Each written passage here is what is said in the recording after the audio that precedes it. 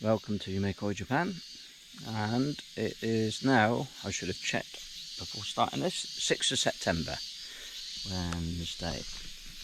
So here at the mud pond, I've just watched the 9 AM feeding, which has just about finished. There's still a few pellets floating around.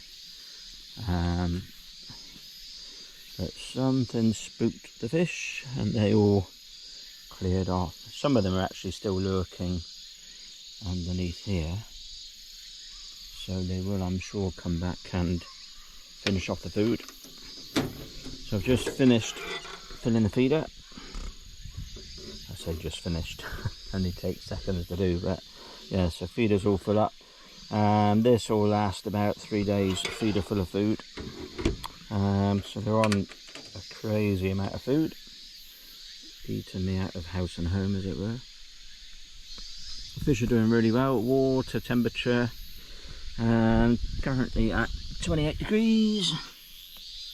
Highest it's been has been about 29.2, I think, something like that, which, given how hot the summer has been, is actually quite good. From here on though, days are now getting shorter and day times are still hot, but the days themselves are getting shorter, so the evenings are getting cooler. So from now, that 28 degrees through this month will probably end up towards the end of the month, I would say around about 25 degrees or so.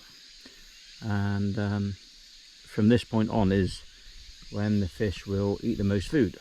So hopefully, I mean, so far the fish have done incredibly well. They've grown well, conditions good, body's good. Despite being such a hot summer, this pond, due to the sheer size, has been very fortunate really in maintaining temperatures that will still result in the fish feeding well. We've also managed to be lucky enough to keep enough water in this pond as well. The water level has stayed literally at the maximum all the way through, despite the summer being as hot as it has been. So very, very fortunate. So yeah, everything's looking good.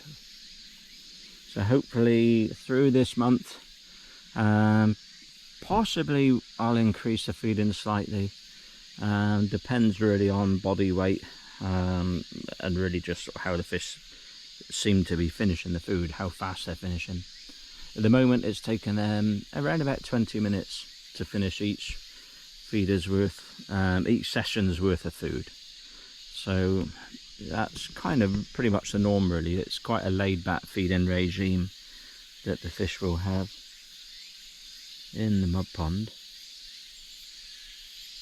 So yeah, everything's so far so good. Harvest time for us with this mud pond is going to be around about November, the week commencing November the 10th, so somewhere between the sort of 10th and 16th, thereabouts. That's when we'll be harvesting this pond. So yeah, exciting times ahead. Personally, part of me wants to see the fish harvested and see how nice they are, but the other part of me wants them to, I want the rest of summer to last as long as possible, and to keep visiting these fish, watching them grow and develop as long as possible before harvesting. But likewise, harvest time is quite kind of crucial really, because if it's too warm, the fish will be too active. They'll do damage to each other too easily. There's a few fish lurking there, coming back for those remaining pellets. Yeah, if the water temperature is still too warm, the fish will be too active and they'll do damage too easily.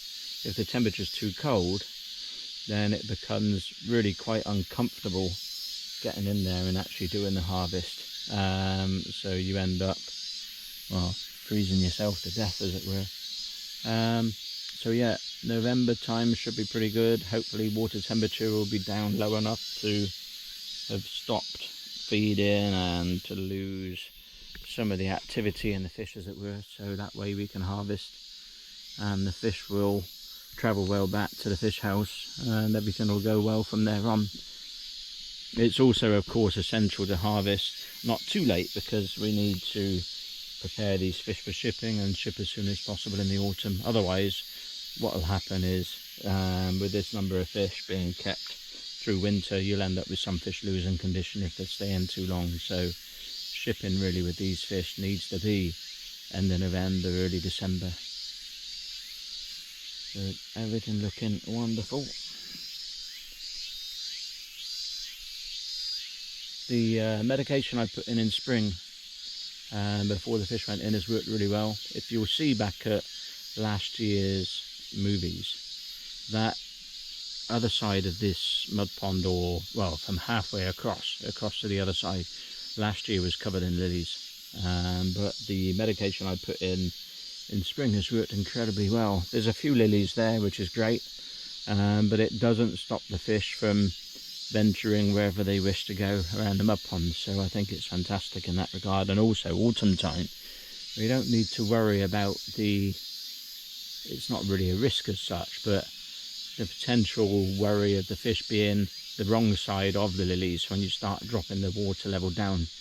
I mean, as much as it might sound like something to worry about, fish aren't really that stupid. If the water starts getting too shallow for them, they will find a way into deeper water. So it's not really a problem. It's kind of something that you kind of perhaps worry about and think, what if? But in reality, it won't be the case.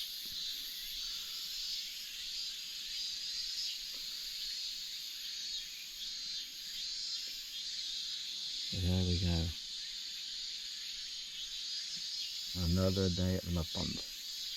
Anyway, thank you for watching this movie. And I will try during the next week or two. There's an awful lot going on back at Yume Koi Japan. Planning a new fish house and also a garage. So there's an awful lot going on at the moment, and a lot of pressure to design and get things sorted out. And then it's all, well, fingers crossed, and hopefully everything pans out okay. So there's an awful lot going on back there.